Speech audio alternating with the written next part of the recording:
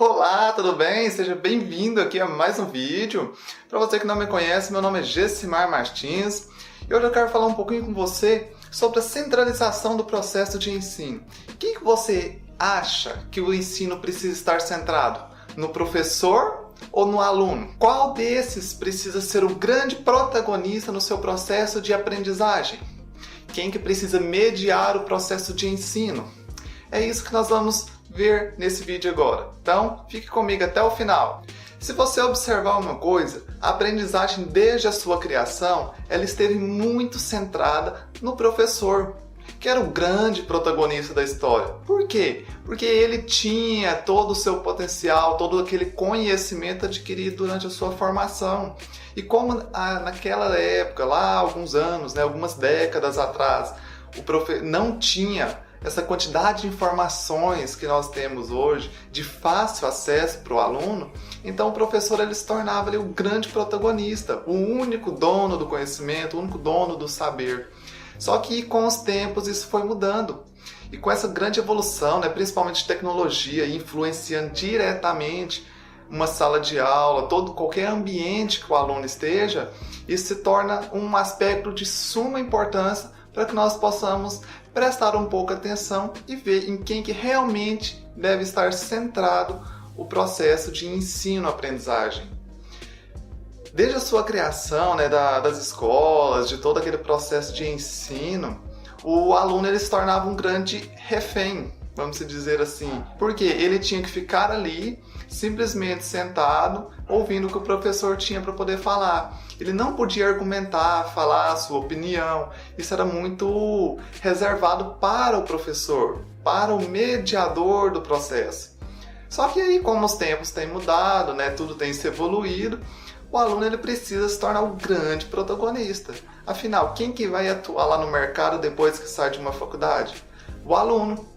Então, por isso, o professor ele tem que ver essa necessidade de centralizar, de descentralizar o poder e permitir que o aluno ele seja capaz de trazer a sua realidade para dentro de sala de aula, para que possa ser discutido, possa ser debatido entre todos, que todos possam aprender culturas diferentes, coisas diferentes, e ter essa maior interação. É com isso que o aluno vai poder aprender mais. Então, os alunos eles precisam ser motivados a participar da aula e não simplesmente chegar, sentar em suas carteiras e ficar ali como se tudo tivesse muito bem. Então, ele tem que participar daquele processo, ele tem que interagir naquele processo.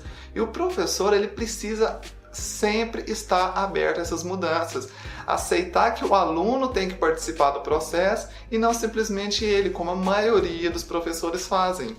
O professor está ali simplesmente para trazer algo, trazer um problema, que nós utilizamos muito essa vertente na PBL, aprendizagem baseada em problemas, onde o professor ele vai mediar aquele processo de aquisição de conhecimento do aluno.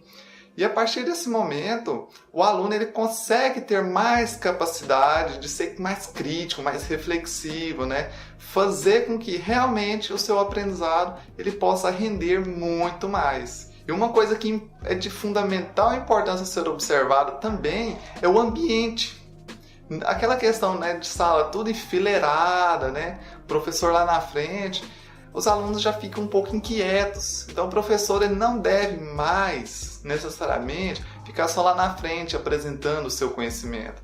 Ele precisa estar mediando através de um processo sistemático, um processo didático, essa forma com que ele apresenta aquelas informações, aqueles problemas, o objetivo fundamental da aula, que é proporcionar para o aluno ser um grande protagonista. E aí com isso o professor ele tem que pensar naquela questão do planejamento, desde a sua elaboração, questões de avaliação, em que o aluno não deve ser o único passivo, o único receptivo das informações, mas precisa estar sempre focado em proporcionar formas diferentes de avaliar o seu aluno.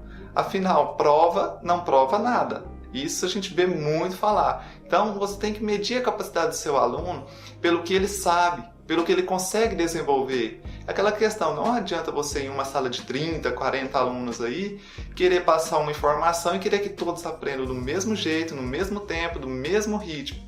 Lógico que isso não vai acontecer. E aí por isso que esse processo de avaliação ele precisa ser revisto, né? Você avaliar o aluno de outra forma, através de sua participação, através de sua interação com todos, para que possa ter melhores resultados. Afinal, o grande protagonista deve ser o aluno e não mais só o professor. Então, quando nós falamos disso, né, de centralizar o processo de ensino-aprendizagem, o professor ele tem que ser um mediador desse conhecimento, um mediador do processo de aprendizagem. E aí pode ter certeza que é com essa nova modificação, com esses novos parâmetros, né, que o professor vai internalizar, né, interagir com a turma ali, é que vai desenvolver profissionais mais bem preparados para o mercado, profissionais mais críticos, mais reflexivos, que depois de irem para o processo de atuação, vão ser capazes. Por quê? Porque lá na sala de aula o professor já trazia problemas reais, né? Ou fictícios mesmo, para que eles pudessem conseguir desenvolver. Então, ou seja, a centralização que antes ficava simplesmente ali no professor, ele não queria mudar, agora precisa ser revista, porque através desse protagonismo que o professor vai proporcionar ao aluno, é que ele vai conseguir se desenvolver melhor. Hoje no Brasil, as universidades, faculdades, seja lá o que faz formação de profissionais, elas estão praticamente como um comércio. Elas simplesmente querem vender aquela determinada coisa, né, que é empacotada ali, fala para o professor, você vai lá, ministra sua aula e pronto, se o aluno quiser aprender, ele se vira. A situação não é bem assim. Você, professor, precisa começar a pensar nessas formas diferentes de interagir com seu aluno, essas formas diferentes de inovar em sala de aula.